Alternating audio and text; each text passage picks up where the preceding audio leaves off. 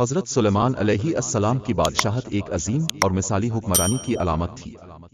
حضرت سلیمان علیہ السلام کو اللہ تعالیٰ نے بے شمار خصوصی نعمتیں دیں، جن میں حکمت، علم اور بہت سی قدرتی طاقتیں شامل تھیں۔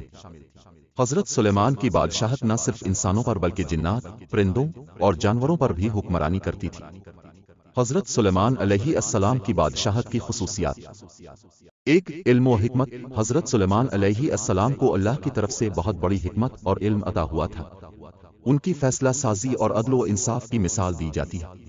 دو، جنات کی فرمانبرداری۔ حضرت سلیمان علیہ السلام کے پاس جنات بھی کام کرتے تھے اور ان کی مدد سے کئی تعمیرات اور بڑے منصوبے مکمل کیے گئے۔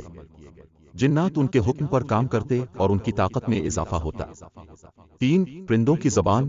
حضرت سلیمان علیہ السلام کو پرندوں کی زبان بھی سکھا دی گئی تھی۔